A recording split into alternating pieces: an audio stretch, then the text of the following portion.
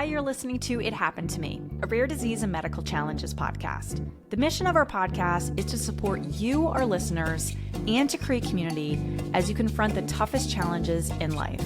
All of us will experience health hardships. The real question is how we adapt. That's the focus of It Happened to Me, which wants to help you overcome limitations and live a full and satisfying life. Drawing on their own health challenges, co-hosts Kathy Gildenhorn and Beth Glassman interview guests who share stories and research to help you succeed in the face of difficult health obstacles. It happened to me. I'm not alone, and neither are you. Today, we're honored to have Sam Ahlstrom with us today. He is the proud parent of Zoey, a bright and inspiring young girl living with Rett Syndrome. Before Zoey's diagnosis, Sam was navigating life like any other family, but his world changed when Zoey was diagnosed with Rett. The complexities of a neurological disorder became involved. Feeling isolated, especially during the height of the pandemic, he took the brave step to create the Pretty Happy podcast, a platform connecting with others who are also facing similar challenges. Through the podcast, he has built a supportive community while sharing his journey of hope and resilience. But Sam didn't stop there. Driven by a desire to improve the lives of individuals with complex medical needs, Sam and his wife, Sarah, also founded Pretty Happy Place, a company dedicated to developing innovative, adaptive, and augmentative equipment and toys. Its mission is to empower families by providing practical solutions that enhance independence and joy. Welcome to the show, Sam. We're delighted to have you here today. Now, let's start at the beginning. What is Rett syndrome, and how does it affect individuals who have it? Well, first off, thank you so much for inviting me to come on your show. It's a pleasure to meet you and share a little bit about Rett syndrome and the Rett syndrome community and what my wife Sarah and I are doing. To answer your question, Rett syndrome is a fairly complex diagnosis. Rett syndrome is a mutation that occurs in utero, and usually you're not going to see any outward signs of Rett syndrome until between 6 months and 18 months of age. So a fairly short window there. And that window is typically called a regression period. And in that regression period, you're going to see a number of things potentially happen. Obviously, there's a lot of people who have very different experiences with how that regression looks. But in our family situation, the way it looked with our daughter Zoey is she began to lose some skills that she had gained in the first year of life. So that's so difficult. Yeah, that is so difficult. Yeah. She began to lose the ability to walk. She began to lose the ability to use her hands like she could before. The biggest symbol for us of something happening was she was bringing her hands together almost like a clapping motion. And at the time, we were working on trying to teach Zoey sign language because she was delayed in her speech. And because of this repetitive clapping motion, we thought she was saying more, more, more all the time. We have to being a very healthy kid because we continued to give her more and more, even though we didn't understand at the time that was one of the main characteristics of identifying. Oh, for goodness sake. Wow. Yeah. How common is Rett syndrome, and what are some of the other primary manifestations that Zoey and others with this condition experience? So Rett syndrome is also super unique in that it's very specific to, we always say gender, but I think we need to change the language on that. But more often than not, more than 95% of the time, you are seeing individuals with Rett syndrome who are female. And that is because a mutation occurs on the X chromosome, and males having the XY. The way I like to describe it is we don't have that extra X chromosome to help us. Whereas with females, they're able to essentially have that second chromosome act as a backup to fill in some of the gaps. I guess you could say that's not medical at all or scientific at all, but yeah, it makes it's sense. a very simple way. So yeah, the majority of individuals with Rett syndrome are female, and there's a small subset who are male. And last numbers I looked at, you're looking at about 1 in 10,000, 1 in 15,000 births are individuals with Rett syndrome. So a little more common than some rare diseases, but much rarer than a lot of others. You know, Sam, I guess I paused. I have grandchildren, and when they go to the pediatrician, kids will tell me that the pediatrician is looking for this marker or that marker. And children, as they progress, it's remarkable how they all do the same thing at roughly the same time. It's just the miracle of birth and life. And then to see a skill go away, my heart is breaking for you. That has to be so difficult. So now I'm going to ask you a question that it's so difficult to ask about your daughter's diagnostic journey. You know, it's one thing if we were talking about you or me or Kathy, but to talk about your child is ever so painful. So I ask you with great sensitivity if you could discuss this with us, this diagnostic journey that you went on. Most certainly. It began more with my wife noticing things at the time. I was working a full-time job in a nonprofit that kept me away from home for long hours at the time. And we were in a situation where we were lucky enough to allow Sarah to be a stay-at-home mom and care for Zoey.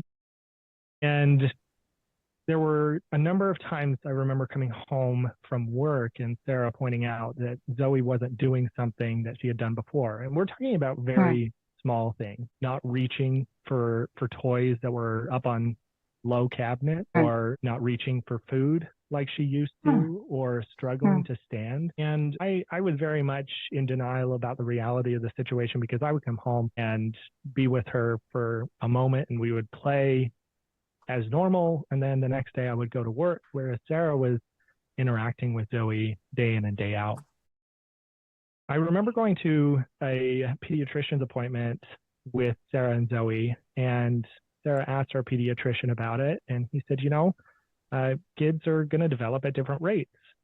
She's young enough at this point that I'm not overly concerned about it, but we can certainly take a look at it. We had an appointment with a professional who came in and had Zoey just play with some toys and interacted with her a little bit to see how she would get involved with her surroundings. And then after that meeting, he said, let's have you guys go do some genetic testing. Now, at the time we were living in Utah, and genetic testing appointments, we were more than a year out. It was my goodness. For us to be able to get.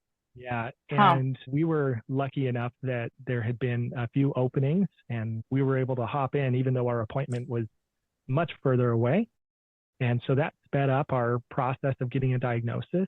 And when we went to the Children's Hospital in Salt Lake, we met with a geneticist who interacted with us for a little bit, stepped out of the room for a moment. And before we knew it, he came back in and said, okay, well, we're going to send off this lab work to do some testing, but we want to let you know today that we're fairly confident that your daughter has Rett syndrome. And so the first thing he told us to do was to not get on our phone, do not look it up. Now is not the time to do it. And naturally, we disregarded. You did. And yes, did it right away. Yeah. Yes. Yeah. As soon as we got in the car, we began looking things up. And it's still heartbreaking to think about that experience. I had to go back to work. And as I was driving back to work, Sarah and I were listening to a video on her phone through the car speakers. And it was of a family who had a child with Rett syndrome, and the things that we were hearing were terrifying to us. It was absolutely scary of what the possibilities could be. Rett syndrome is very interesting in that it can be absolutely devastating, and it can be very surface level also, depending on the individual. But at the time, we didn't know that it could be that wide of a variety of experience for us. And so what we were hearing, unfortunately, was the more worst or less case. It was on a website that it is a very reputable organization that helps the Rett Syndrome community, but it was intended for fundraising. It was intended to let people know how devastating it can be. That is not what we needed in that moment. When I got back to work, I went down to my office and I sat there for maybe 10 minutes and I closed the door, I locked it, and I just fell to the floor and I cried. Oh. And I cried and it was absolutely devastating for me. I gave up on work for the day. I went home. Sarah and I held one another and we decided we were going to make poor financial decisions that evening and just go splurge to make ourselves feel better, because what else could we do? Sure. We didn't have a diagnosis in the moment. We had a pre-diagnosis. Right. And there was nothing else that we could do to help Zoey until we had the actual diagnosis. And so that happened in April of 2019. And in August of 2019, we got a phone call from a nurse at the genetics office. And I was at work at the time. I did a conference call with Sarah, and the nurse said, okay, well, I'm calling to tell you that your daughter does in fact have Rett syndrome. And at that point, we are 3 months on into accepting that something is going on. Most likely it is Rett syndrome. We've looked into it more and more. We're fairly confident that is the case. Mm-hmm. And the nurse calling to tell us that it was in fact Rett syndrome was just relief. We now knew what was happening. We knew what we were dealing with. Yeah. Right. And we had done enough research into what resources were available to help not only Zoey, but also our family.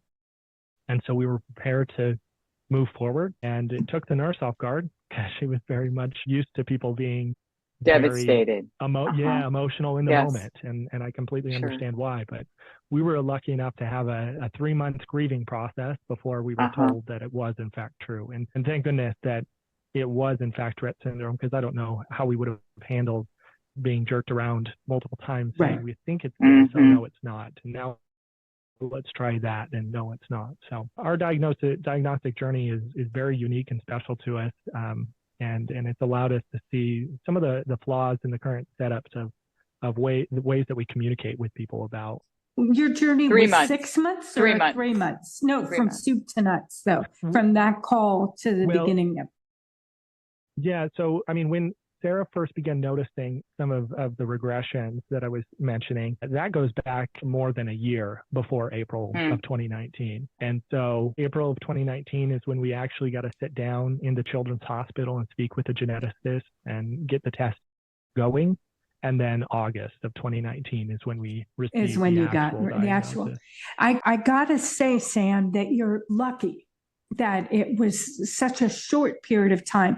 Many of those with rare and genetic diseases we've spoken with have 10 and 16-year diagnostic journeys.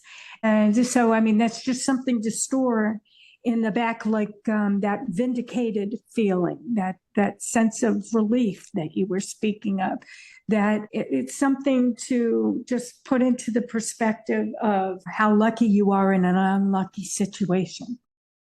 I was going to say the other thing that I find remarkable about your story is that Sarah bringing up to the pediatrician what she noticed. My daughter had an illness, and I know that I brought it up to the pediatrician. And it's the person who is there, as you said, day in, day out, that notices. And so it's, I would say to our listening audience, trust your instincts.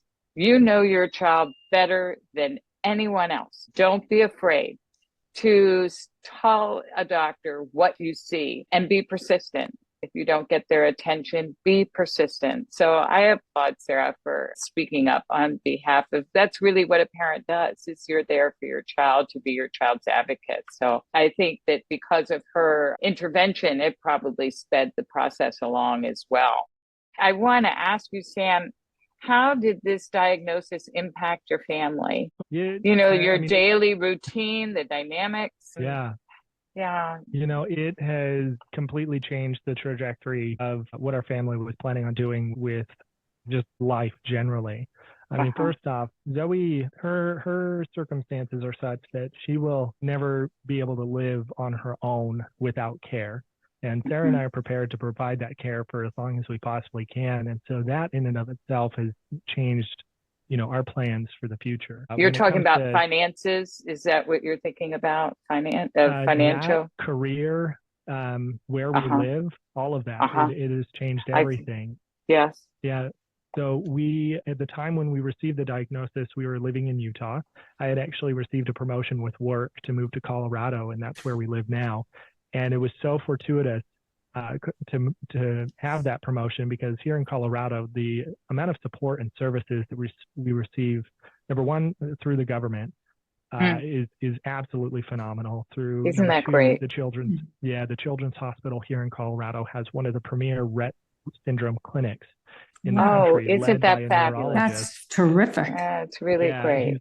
They're led by a neurologist, Dr. Banky, who is not only a phenomenal physician, he is also an amazing man who loves these individuals with Rett syndrome. He's shown that to us on a number of occasions. We went to a Rett syndrome conference in 2021, and on our way back from the conference, we just so happened to be on the same flight as Dr. Banky, and we loaded on before everybody else. Wow. And as Dr. Banky came onto the plane, he completely ignored Sarah and I and went straight to Zoey. Straight to Zoey. Zoey. And asked her how her experience was at the conference. And he was so excited to see her. And she said, okay, I'll see you next time at the clinic.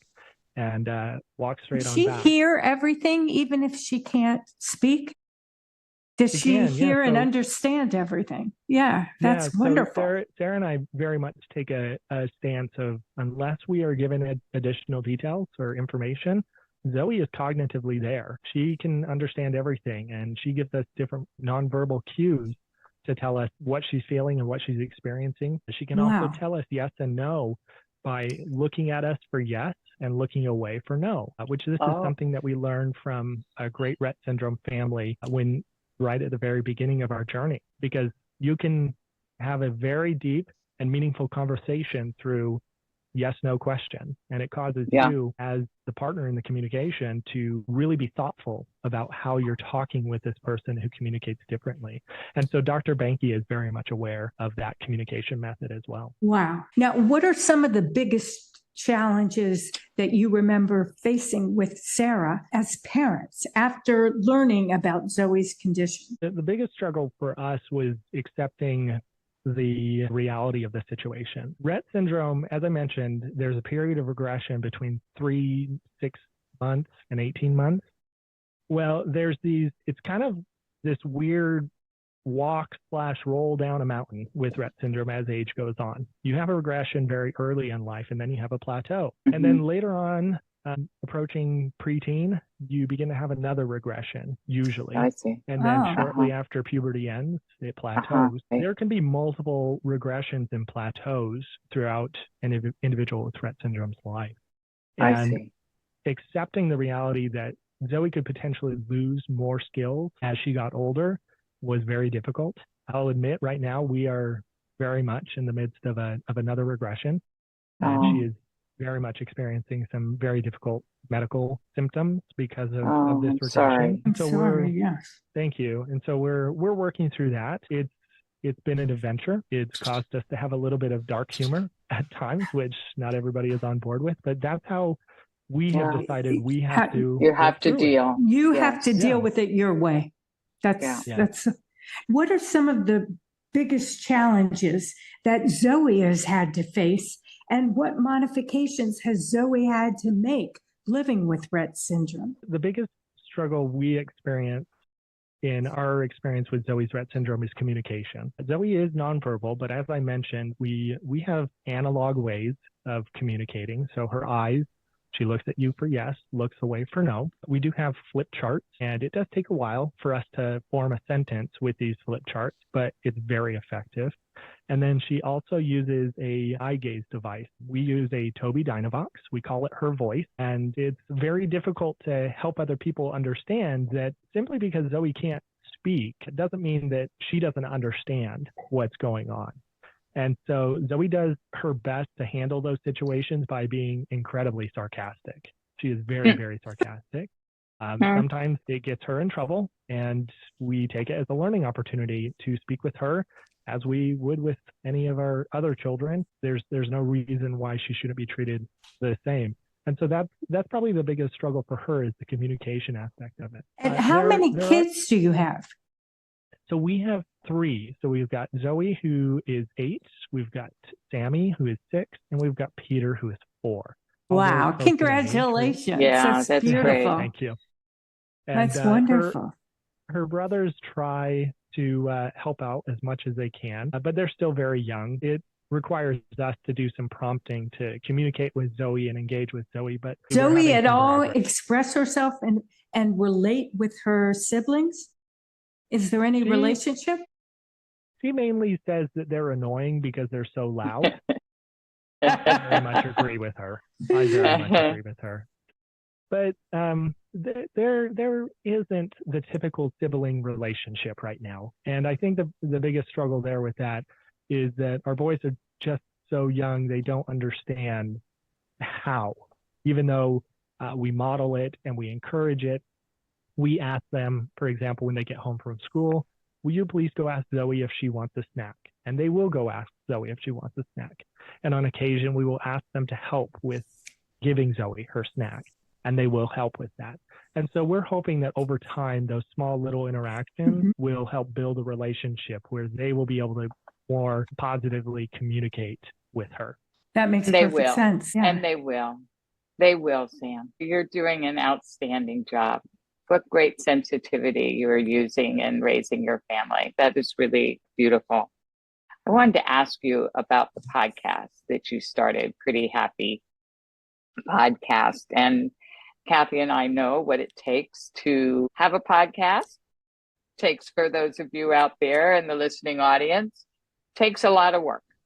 Takes a lot of work and a lot of time. And so if you can tell us how you started, what inspired you to start it? It was kind of a pet project that I had been wanting to do for a very long time. And it took a lot of encouragement to get Sarah on board with it. But I'm so grateful that she has come along the journey in hosting the podcast as well, because it's such a great time for us to engage with one another on fun discussions. But more importantly, it's been incredibly therapeutic to meet and engage with other Rett syndrome families around the world. We've had the opportunity to speak with families in Iceland, in the UK, in Canada, in Australia, New Zealand.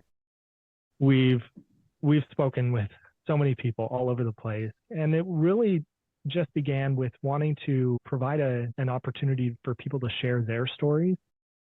And then it turned in a way for us to kind of do some therapy sessions on our own. We began to realize, because we started the podcast in the midst of the COVID-19 pandemic, we began to realize that we weren't, in fact, as alone as we thought we were. Our diagnosis of Rett syndrome, like I said, happened in August of 2019. We moved from our home state where we had been living for almost 3 decades to a new state. And then within 4 or 5 months, the COVID-19 pandemic began. We felt very much isolated. Very isolated, yes. I can understand that. Yeah, so having an opportunity to chat in a very informal discussions with and create a community, Rett syndrome families, it was so wonderful to know that we weren't alone, that our experiences were very similar to one another, but it also gave us some perspective. Kathy, you mentioned that many people with rare genetic conditions will go many, many years without receiving a diagnosis.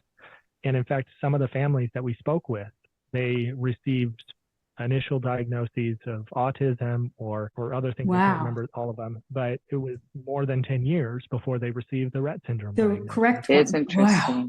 That's very interesting. Yeah. And so it was an opportunity for us to also realize how lucky we were to have received the diagnosis in such a short amount of time, and the correct diagnosis. And to move to such an incredible location with this incredible clinic.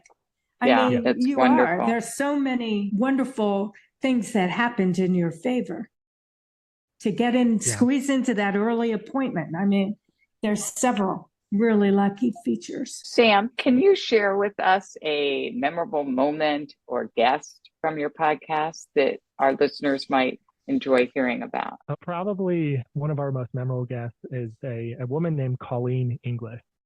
And we were so very lucky to be able to have Colleen come on the show only a few short months after her daughter had passed away unexpectedly, complications following a surgery. And talking with Colleen, she gave us an incredible perspective. Her daughter passed away, I believe she was 14, 15 years old. This happened in 2021, I believe it is, 2020. Not sure exactly. I'll have to go back and look it up. But yeah, Colleen provided an absolutely incredible perspective on making sure that you are cherishing these difficult moments that you have when you are helping somebody with such a difficult medical diagnosis. I'm still friends with Colleen to this day, and she posts a lot of wonderful things on Facebook to help other grieving families who have lost a child with complex medical conditions. And she is such a light. It's such a light. She's come out on the other side, incredibly strong person. And that episode, actually, the conversation was so long, we split it into two parts.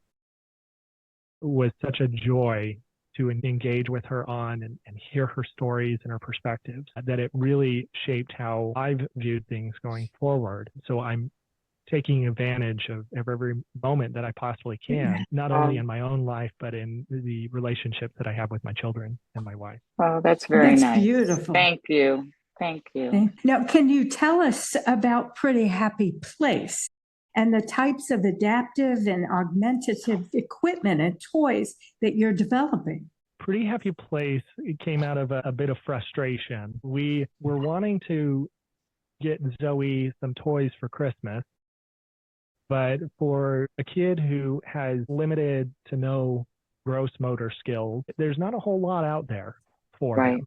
And so we began looking at adapted toys and what we could purchase. And very quickly, we found out that corporate greed is rampant in this market. And I understand why, because it is a very small market share. And if you're trying to build up a business on it, you got to charge a good amount of money for it. But when I was finding out that some of the toys that they were charging $60 for, I could purchase for under $5 through Amazon, I became irate. I became so upset and angry. And Sarah, she is very much the engineer in our family. She had made some connections with some other Rett Syndrome families who were being proactive in adapting toys, figuring out how to adapt toys, that she went and purchased toys and started adapting them. Wow. And we have done our very best to acquire toys at a reasonable cost to begin with. We are a very small operation, so we don't have the buying power of a Walmart or a Target, but we can wait for stuff to go on clearance, or we can find stuff that will ship from overseas for much cheaper, and we can wait a month or two until it shows up. And we'll adapt it up and we'll send it out to people for a much more reasonable cost.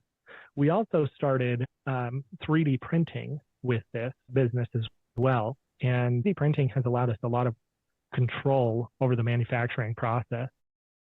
One of the things you need for an adaptive toy is an adaptive switch. And the same problem exists with the adaptive toys online right now. They cost an arm and a leg. You're looking anywhere between $40 to $80 to $100 for one of these adaptive switches. And there's a wonderful man in Arizona named Mike Turvey, who is an engineer. His daughter has cerebral palsy.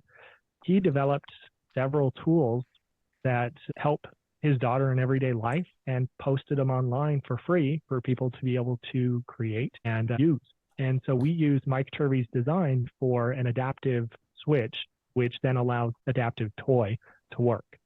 Wow. Our adaptive switches, we're able to produce them very, very cheap, under $20 is what we sell them for. And you're not going to find that anywhere else on Amazon or any of the other adaptive websites. And once again, it goes back to the fact that we are not trying to take advantage of people. We charge what it costs. It is what it is. And it's a reasonable price. And we've been very happy with it. And we have a lot of people who have really appreciated it. We work with a woman in Indiana who every year purchases about 24 of these switches, and she donates them along with several toys that she adapts herself to individuals in her community that could use it. So That's beautiful. we're excited to engage in those unique opportunities. Your Oh, what a nice nonprofit story. persona is shining through here. I mean, that's really phenomenal. Terrific. Yeah, and how has Zoe's experience influenced the products you create? And what goals do you have for the company more long term? For Zoey specifically, back in June of last year, we had a G-tube placed on her. We were struggling with getting enough nutrition in, which goes back to the struggles with Rett syndrome. So we made the hard decision to have a G-tube placed. And in looking at how we were going to make G-tube feeding more mobile for our family, Sarah found that a lot of people create these adaptive holders, feeding pump holders, that will keep your feed bag and your pump all together in one little place. Well, she was not happy with the solutions that were out there, and so she created her own. And we now sell what it's called the Pump Buddy, and that's probably what most people, if they've ever heard of us before, that's probably what they're familiar with. And it's just a little holder that keeps everything together, so that way you can be mobile even while you're tube feeding. And so that's how it's directly impacted our family. We use it every single day. When people reach out and ask about how is it, we tell them, well, we use it every day. It's great. Yes. It works well for us. We're very happy with it. And as far as going into the future, we are working on developing new tools to help right now, specifically the tube feeding community, because there is a lot of need for unique adaptive experiences, but it's kind of hard to meet those needs when you're so far away from people. So that's kind of our goal in the future, is figuring out a way that we can streamline that and make it quicker so we can help more people in their more unique situations. Boy, Wonderful. that's a really wonderful what you're doing to help the community of people who are dealing with Rett syndrome. And I wondered if you could talk about that community, the community now that you have built of families who have a personal experience with Rett syndrome. Oh, I mean, that community is incredibly special to us because oftentimes the stories and the conversations that we're having are so raw and real. And what that has then allowed, not only for Sarah and I, but for anybody else who has either participated in it through an interview or just by listening to it, like I mentioned before, it makes you feel seen.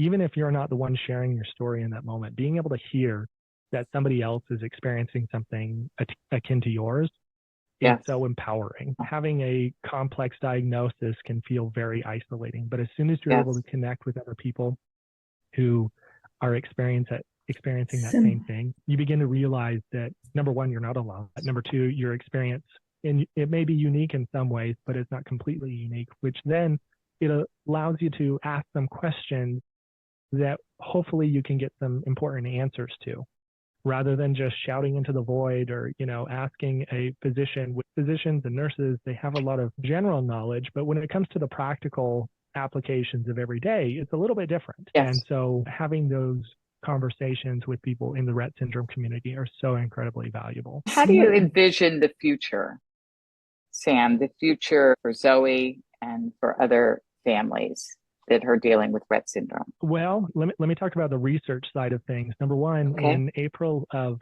last year, the first drug specifically created to help individuals with Rett syndrome was approved by the FDA. Zoey has been on that for over a year at this point. She has told us on a number of occasions that she feels better with it. Really?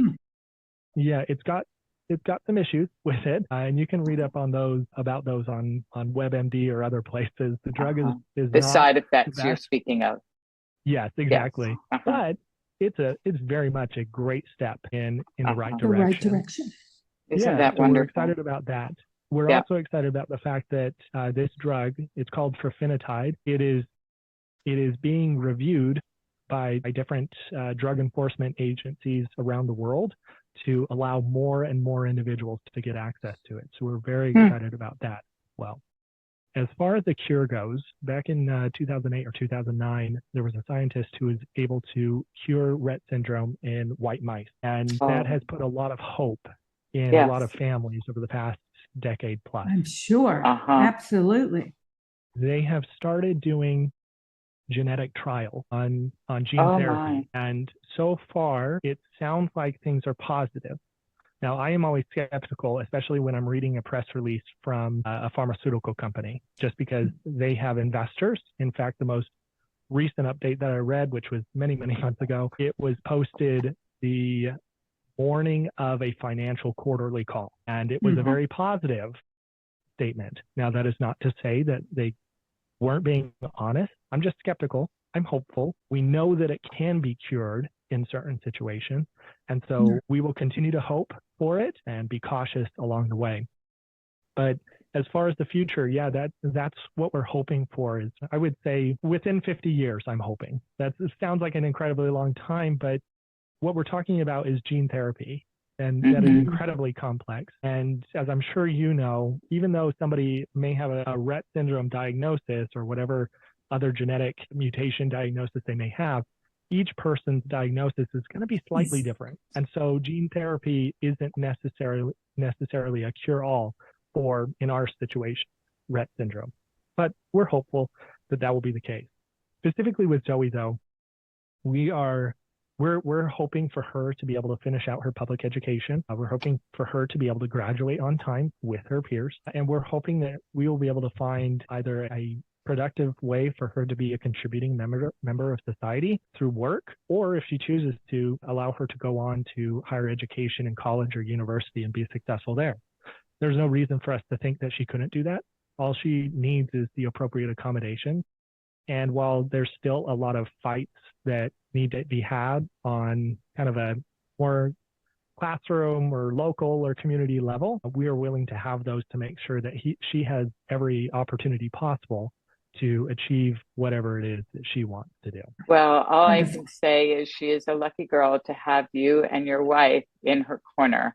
You've done everything you can to help her life be as positive and beautiful as possible, and you've given her every possible advantage. I wonder, before we go, do you have any final thoughts that you would like to share with us and for families that are navigating life with Rett syndrome?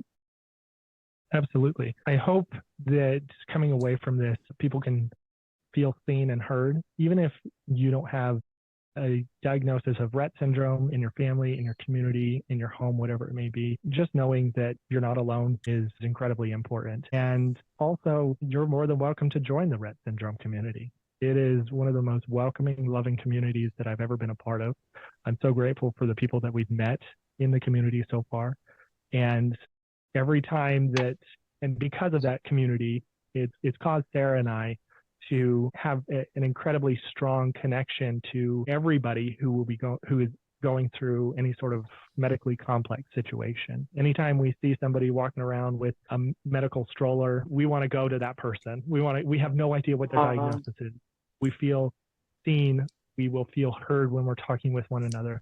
And so you're more than welcome to join our community if you'd like. The best place that you can find us is on our website, prettyhappy.place. It's kind of a weird URL. It doesn't end at .com, doesn't end at .org. It's prettyhappy.place. And it is, in fact, a place where you can go to feel pretty happy. Not necessarily a place you want to be, but it's certainly a positive one. Oh, that's very nice, Sam. Thank you. And where can our listeners find your podcast? The podcast can be found on any major podcast platform, Apple Podcasts. You can find us on Spotify. You can find us on any of those. And then you can also, of course, go to our website, prettyhappy.place/podcast. And you can download them and listen to them there as well if you want to go straight to the source. And where can they find the toys from Pretty Happy Place? That's also going to be on our website, prettyhappy.place/shop. And we do also take some custom requests. So if you go to our website and you're not seeing anything there that really is tickling your fancy, you can reach out to us through our website. We have a little chat function there, and you get to chat with me. I use a lot of emojis, so if you don't like that, I apologize in advance. But you can reach out to me and ask about adapting other toys. Feel free to come over and talk with us. We're not going to charge you for a conversation, but you can come over and talk with us, and we'll let you know what we can and can't do, and maybe even provide some recommendations that would be better than us. Wonderful. Well, Sam, thank you so much for sharing your story on It Happened to Me today. Your honesty and your creative approach in dealing with the challenges of a rare disease and medical challenges is truly inspiring. Again, to our audience, links to both Pretty Happy Podcast and Pretty Happy Place and the website will all be in the show notes to this episode. Such good luck to you, Sam, to Sarah, and to Zoey. Thank you, and in good health. Thank you for listening to this episode of It Happened to Me. We encourage you to learn more at ithappenedtomepod.com. Please use the contact form on our website to submit your guest suggestions, comments, questions, ideas, and feedback for the show. You can also email us directly at ithappenedtomepod@gmail.com. We would really appreciate it if you can leave us a 5-star rating and review on your podcast app like Apple or Spotify. This helps others in the rare disease and medical challenge community find us. It Happened to Me is created and hosted by Kathy Gillenhorn and Beth Glassman. I'm Keira Deneen from DNA Today, and I serve as our executive producer and marketing lead. Amanda Andrioli is our associate producer. Ashlyn Anokian is our graphic designer. And remember, it happened to me. I'm not alone, and neither are you.